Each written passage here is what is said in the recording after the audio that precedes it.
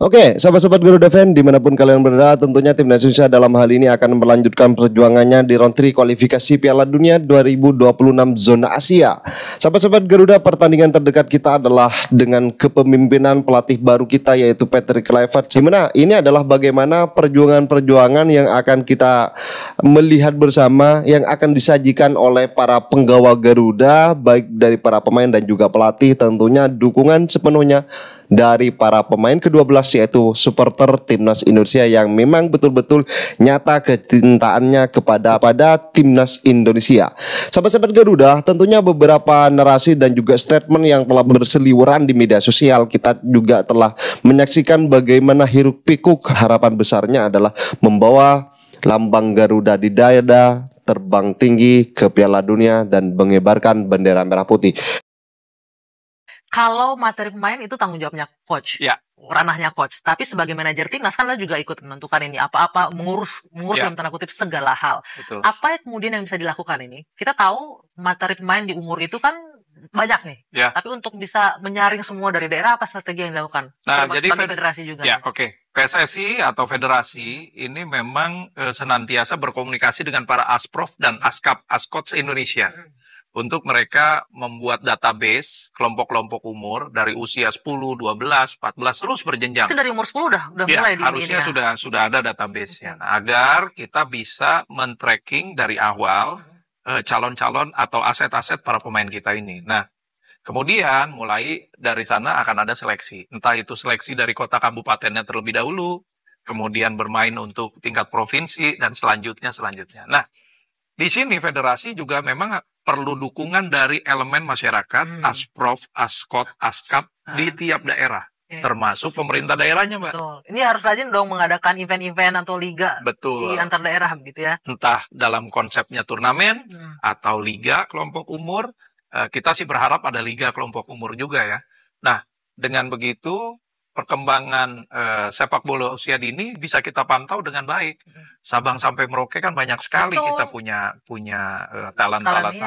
Nah, kalau mereka tidak bisa hadir di event-event katakanlah nasional, artinya ya paling tidak kita bisa memantau mereka. Tapi kalau mereka nggak ada kan nggak kepantau nih dengan segitu banyaknya. Sejauh ini dari berapa 38 provinsi yang mulai aktif? Ada beberapa memang yang aktif, yang sangat aktif. Ada beberapa juga dengan segala macam keterbatasannya tidak terlalu aktif. Tapi kami senantiasa juga menghubungi sekolah-sekolah sepak bola, klub-klub ya, yang juga atau akademi yang sudah memiliki para stok pemain yang ada. Nah, biasanya itu nanti akan terseleksi dengan sangat ketat sekali. Apa Bang Zaki kendalanya untuk di Asprof, Askap, dan Askot untuk melakukan penyaringan dengan mengadakan liga?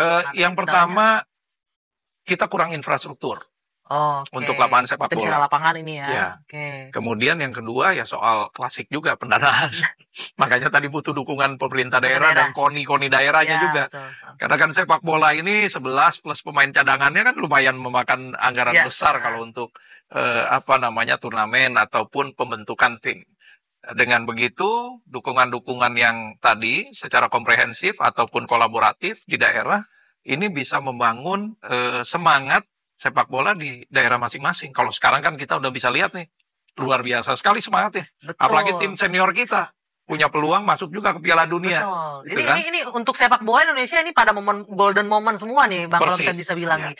Bahkan mungkin juga mengundang komentar negara lain nggak sih pertumbuhan pemain dan permainan Indonesia? Pasti. Kita lihat so far kemarin kan di U20 kita juga sudah mulai terbiasa bermain di Piala Asia. U17 selain di Piala Asia, kita juga satu-satunya dari ASEAN yang masuk ke Piala Dunia. Nah, melalui jalur kualifikasi, bukan golden ticket sebagai tuan rumah. Ini membuka mata dunia bahwa telah terjadi transformasi sepak bola yang positif di Indonesia. Bukan hanya sekedar tim senior saja, tapi dari dunia pembinaan usia dininya juga alhamdulillah kita bisa berjalan dengan baik. Artinya ini menjadi prestasi positif bagi federasi kita. Tidak semata-mata hanya memproduksi pemain senior, tapi juga memproduksi juga ikut ya. Dan faktor regenerasi ini juga penting nanti, Mbak. Karena untuk jenjang yang berikutnya. Selepas ini kan tahun depan kita akan mulai lagi seleksi Piala Asia untuk U17, kemudian juga Piala Dunia lagi. Nah, Artinya yang umur 16-15 tahun sekarang ini yang akan kita persiapkan di berikutnya. Periode besok tahun 2026 yang 17 akan kita persiapkan untuk ke U20. Itu. Nggak kelar-kelar nih kerjanya federasi. Kalau untuk pembinaan jalan terus ya. Simultan terus. Iya. Dan berkelanjutan. Nah, kalau kita bicara lagi ini balik nih, pasti Bang Zaki berkomunikasi dengan Coach Nova mengenai line up pemain dan lain-lain untuk di November mendatang 2025 di Piala Dunia. Apakah ada kemungkinan kita akan menggunakan materi pemain yang sama atau mungkin ada tambahan dari luar atau bahkan mungkin diaspora kita tarik ke dalam? Kita lihat nanti kebutuhan dari tim dan kesiapan individu para pemain itu sendiri menjelang nanti bulan November. Ya, kita tidak berharap ya mungkin ada yang cedera nanti terus kemudian juga mungkin ada talenta-talenta yang belum kemarin terpantau bisa kita manfaatkan dan bisa kita masukkan mereka menjadi bagian tim yang baru. Jadi tambah kurang itu pasti ada. Dari segi usia dinamika, mereka qualify untuk tetap lanjut di kalau U17. Tim yang sekarang mereka bisa bermain untuk U17 di bulan November. Batas umurnya masih aman ya? Walaupun batas umurnya masih aman kalau untuk yang sekarang. Tapi paling tidak begini, kita juga tetap memantau kemungkinan talenta-talenta lain yang masuk ke kategori nanti bisa kita libatkan di proses seleksi berikutnya di Timnas U17. Itu PR-nya di Coach Nova berarti ya? Nanti PR-nya di Coach Nova dengan udah mulai jalan perangkat timnya. Sekarang ini dalam rangka pemantauan, terus kemudian pengumpulan data dari database yang ada, ini kita sudah mulai seleksi lagi. Nanti ada tahap pemanggilan lagi untuk praseleksinya. Akan berjalan terus ya sampai menjelang November nanti. Nah, Bang Zaki, ini kita bicara kan masih berapa bulan lagi sih? Mei, Juni, Juli, Agustus, September, Oktober, November. Iya, dibilang sebentar. Enggak juga. Dibilang lama, dekat juga.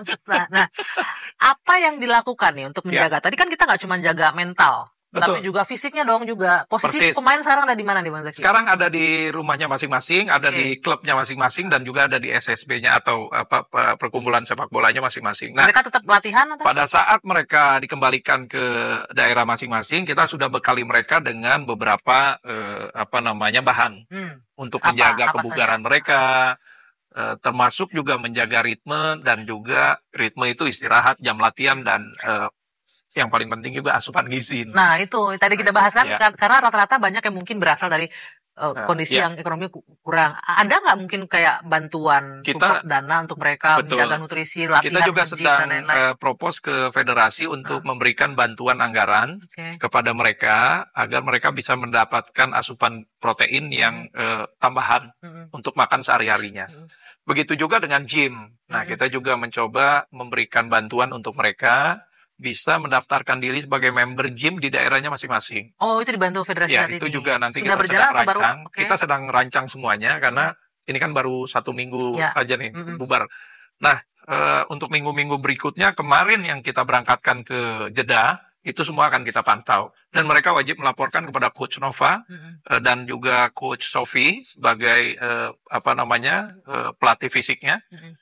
Setiap saat kegiatan-kegiatan mereka agar bisa kita maintenance stamina-nya nanti. Selain stamina, nutrisi, mereka juga berlatih nggak? Mungkin ada kayak friendly match kah di masing-masing di atau pas dikumpulin?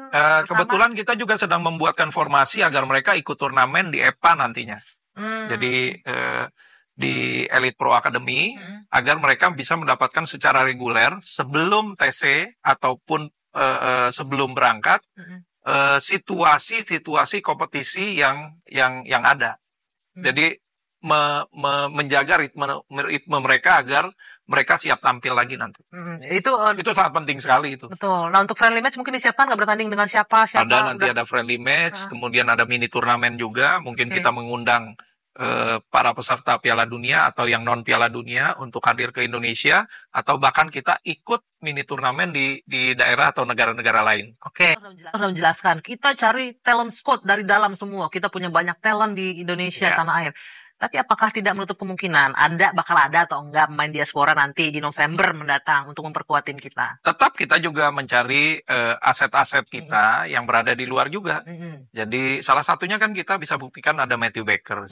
Nah, satu-satunya lagi. Ini beda banget sama tim senior yang hampir banyak kan diaspora semua nih. Ini tapi U17 cuma satu. Masih tetap terbuka peluang, tapi kan juga ada kriterianya.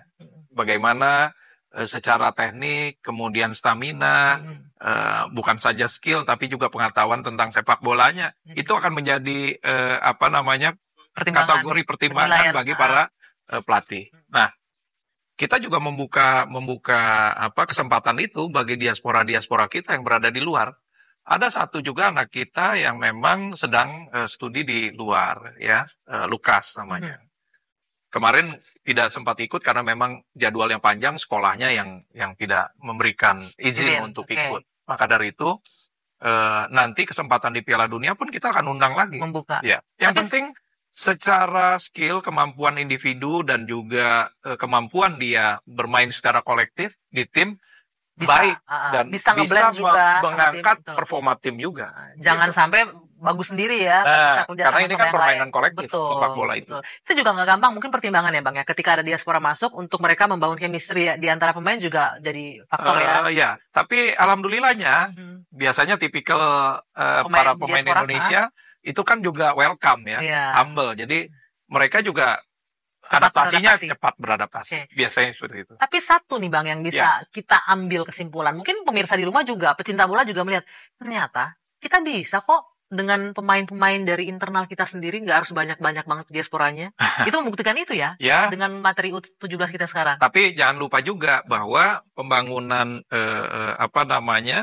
perkembangan sepak bola itu juga kan tergantung dengan sumber daya manusia, baik itu pelatih, ya kemudian perangkat-perangkat di daerah. Dengan semakin banyaknya akademi, SSB, sekolah-sekolah sepak bola yang punya kualifikasi baik, dan juga punya program yang baik di daerah-daerah, akan semakin banyak juga talenta pemain yang bermunculan nanti dari Indonesia. Bolehlah kita apresiasi ya Bang ya. Sekolah-sekolah sepak bola sudah bermunculan. Klub-klub sepak bola di bawah. Pelatih-pelatih kita juga Itu juga menjadi faktor. Dan mereka harus terbuka dengan sport science sekarang. Sekarang ini nggak cuma mengandalkan skill individu aja, tapi juga harus ada backup data untuk para calon pemain kita. Apa aja?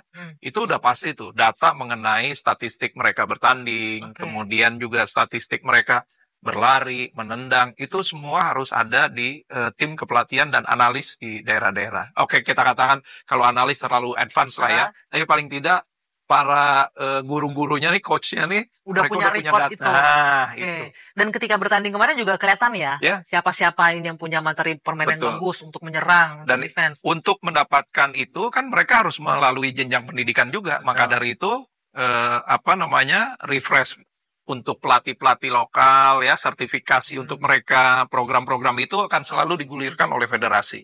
Dan semakin banyak pelatih baik, semakin banyak pelatih modern di daerah kita, semakin banyak talent-talent muda kita buat untuk ke timnas. Oke, sahabat-sahabat Garuda Fans, saya rasa cukup statement barusan. Jadi bagaimana tanggapan kalian? Silahkan ditulis di kolom komentar. Dan jangan lupa like dan subscribe channel ini agar kalian tidak ketinggalan informasi penting khususnya timnas Indonesia. Salam sepak bola keren, salam sepak bola bersih. Bersama Bapak Erick Thohir, timnas Garuda Jaya. Bersama saya, salam olahraga kita Garuda.